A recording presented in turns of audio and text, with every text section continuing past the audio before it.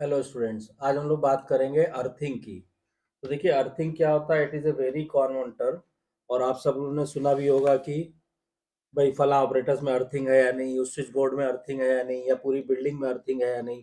तो आज हम लोग अर्थिंग के बारे में बात करेंगे। तो देखिए, अर्थिंग में क्या होता है कि सबसे पहले हम लोग बात करेंगे इसके इम्पोर्टेंस की, कि अर्थिंग क्यों ज़रूरी है।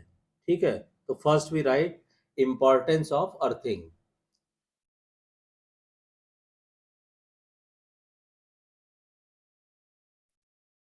इम्पोर्टेंस ऑफ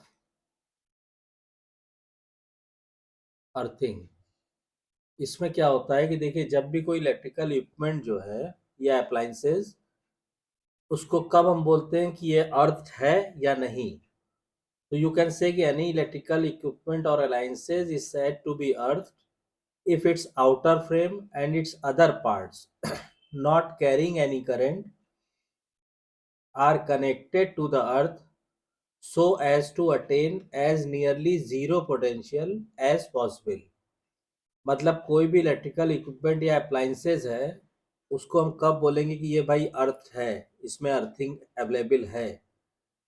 जब इसका जो आउटर फ्रेम है और अदर पार्ट जो है इसके, जिसमें कोई करंट नहीं है, not carrying any current, are connected to the earth. तो इसका आउटर पार्ट जो है और वो कंपोनेंट जिसके अंदर कोई करंट नहीं है, वो अगर अर्थ से कनेक्टेड है। अर्थ से कनेक्टेड मतलब ये हुआ कि अर्थ से इसलिए कनेक्ट करते हैं कि उस पर करीब करीब जीरो पोटेंशियल आ जाए, तो हम बोलते हैं कि इसमें अर्थिंग अवेलेबल है। रियलिटी में क्या होता है कि all equipments and machinery as well as electric poles, towers, neutral wires etcetera are earth. Reality में क्या होता है कि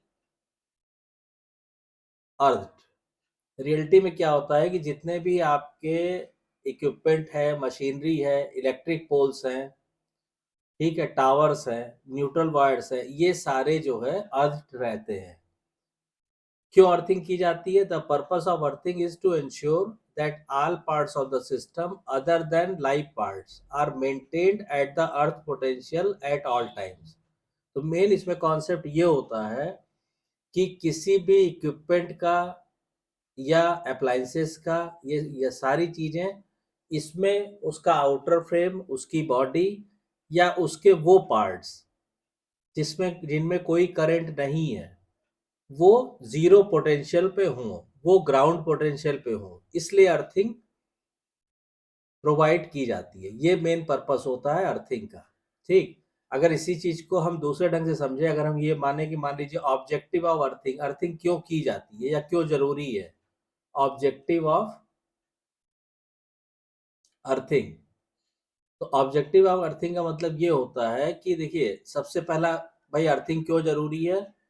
इसलिए जरूरी है, सीधा सीधा आप कह सकते हैं, फॉर सेफ्टी ऑफ ऑपरेशन। कोई भी इलेक्ट्रिकल अप्लायंसेज या इक्विपमेंट आप यूज कर रहे हैं, तो उसको सेफली यूज करने के लिए, for safety of operation, earthing का होना जरूरी है, पहली चीज। सेकेंड आ जाइए, another object of the earthing is that, हालांकि इसकी बहुत ज़्यादा ज़रूरत अब प्रेजेंट टाइम में नहीं पड़ती है, तब भी, is to save conducting material. Conducting material, जो हमारा कंडक्टिंग वायर है या जो भी मटेरियल इलेक्ट्रिसिटी कंडक्शन में यूज हो रहे हैं, उसको सेव करने के लिए, to make it safe, earthing की जरूरत पड़ती है। थर्ड ऑब्जेक्टिव क्या होता है अर्थिंग का? कि it also helps in protecting high rise buildings from atmospheric lightning. ये बहुत इंपॉर्टेंट है कि जो ऊंची ऊंची बिल्डिंगें हैं, काफ़ी मल्टी स्टोरी फ्लैट्स होते हैं या जो भी अपार्टमेंट्स होते हैं, ऑफिसेज होते हैं, काफ़ी ऊंची ऊंची बिल्डिंग्स होती हैं, उनको एटमॉस्फेरिक लाइटनिंग, जो बिजली चमकती है बादलों में, उनसे बचाने के लिए अर्थिंग का होना जरूरी है। इसमें करते क्या है, इसमें एक फॉर्क मेटल रॉड या thick wire called the lightning conductor, ठीक है, इसमें क्या करते हैं कि या तो फॉर्क मेटल ले लेते हैं या मोटा तार लेते हैं, थिक वायर। ठीक है, इसको टेक्निकली क्या बोलते हैं? Lightning conductor. Sticks out from the top of the building. इसमें क्या करते हैं, फॉर्क मेटल को या थिक वायर को जिसको लाइटनिंग कंडक्टर कहते हैं, बिल्डिंग से बाहर stick out from the top of the building, building का जो टॉप है, जो टॉप फ्लोर है, छत है, जो भी सब है, वहां से इसको बाहर निकाल देते हैं। ठीक है, तो चाहे टॉप ऑफ द बिल्डिंग हो गया, चिमनी है तो उससे, टावर है तो उससे, जिससे भी, इट्स अदर एंड। और जो इसका दूसरा किनारा होता है इस तार का या इस मेटल रॉड में, फॉर्क मेटल का या जो भी है, that is buried deep into the ground, उसको नीचे ले जाके जमीन के अंदर उसको खोद के दबा देते हैं, गाड़ देते हैं, जिसको हिंदी में बोलते हैं। ठीक है, that is deeply buried deep into the ground.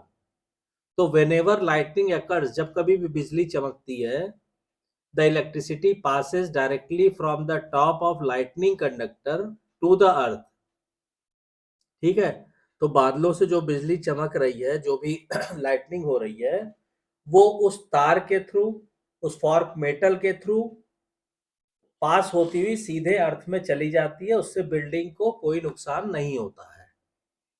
तो whenever lightning occurs, the electricity passes directly from the top of lightning conductor to the earth and thereby protecting the building from any damage.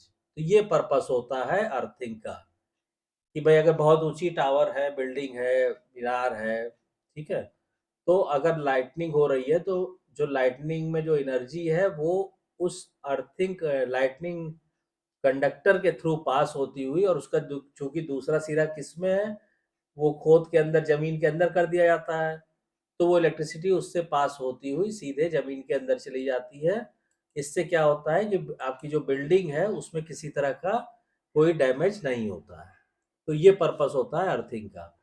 अब इसमें हम बात करते हैं कि methods of earthing, earthing कैसे की जाती है, कितने मेथड होते हैं। ठीक है, तो now we start methods of earthing. तो इसमें हम लोग बात करें अगर कि अर्थिंग के जो मेथड होते हैं उसमें क्या करते हैं, तो methods of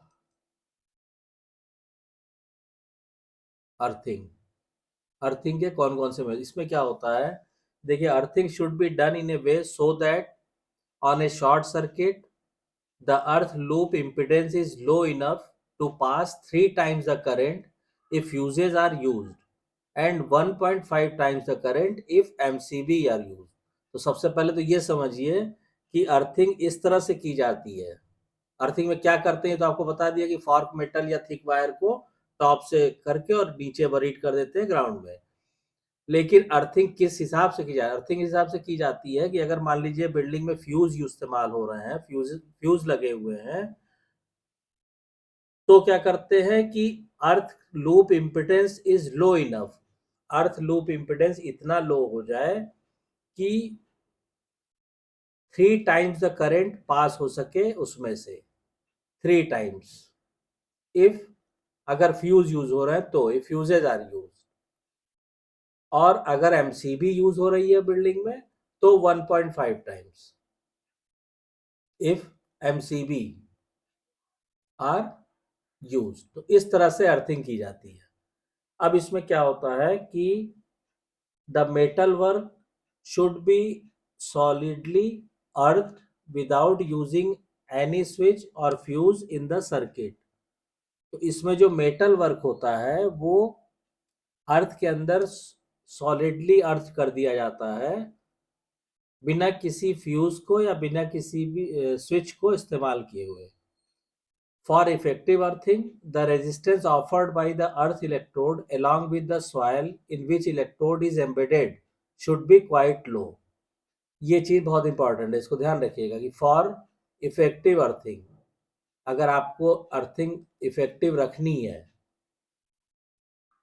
for effective earthing क्या चीज जरूरी है कि the resistance offered by the earth electrode along with the soil in which electrode is embedded should be quite low। अब इसमें अर्थ इलेक्ट्रोड की तरह यूज किस चीज को करते हैं, गैल्वेनाइज्ड आयरन, जिसको जीआई वायर भी बोलते हैं। ठीक है, that is called galvanised, galvanised iron, या शॉर्ट में इसको जीआई बोलते हैं, या copper. This is use to make an earth electrode. ये या तो जीआई मटेरियल यूज होता है, गैल्वेनाइज्ड आयरन, या कॉपर यूज होता है, किसके लिए? अर्थ इलेक्ट्रोड को बनाने के लिए। ठीक, अब इसके बाद ये तो हो गया अर्थिंग का बेसिक इंट्रोडक्शन। अब इसके बाद डिफरेंट तरह के जो अर्थिंग के मेथड यूज होते हैं, ठीक है, उसको हम डिस्कस करेंगे अभी ये नेक्स्ट लेक्चर में। लेकिन टाइप्स ऑफ अर्थिंग मेथड ये हम आपको बता सकते हैं कि there are different types of earthing methods. अगर हम यहाँ बात करें कि टाइप्स ऑफ अर्थिंग मेथड्स, ठीक, तो इसमें देखिए 3-4 तरह के अर्थिंग मेथड यूज किए जाते हैं। पहला है आपका स्ट्रिप और wire earthing. First is called strip और वायर अर्थिंग। ठीक, सेकंड हो गया आपका रॉड अर्थिंग। थर्ड हो गया पाइप अर्थिंग। और फोर्थ हो गया प्लेट अर्थिंग। ठीक है, ये 4 तरह के मेथड हम लोग आगे आने वाले लेक्चर्स में डिस्कस करेंगे। इसमें जो बहुत वाइडली या कॉमनली यूज्ड है वो ये है pipe earthing and plate earthing. These two are most common method for earthing. इसको हम लोग आगे वाले लेक्चर्स में डिस्कस करेंगे। तो आई होप कि आपको ये अर्थिंग का बेसिक कॉन्सेप्ट क्लियर हो गया होगा। अगर कोई डाउट्स या कंफ्यूजन है तो कमेंट लाइन में कमेंट करके पूछिए। और अगर आपको वीडियो कंटेंट पसंद आ रहा है तो प्लीज़ वीडियो को शेयर कीजिए, लाइक कीजिए, चैनल को सब्सक्राइब कीजिए और नोटिफिकेशन बेल को ऑन कर दीजिए ताकि नेक्स्ट वीडियो की इंफॉर्मेशन आपको टाइम से मिल सके। Thank you.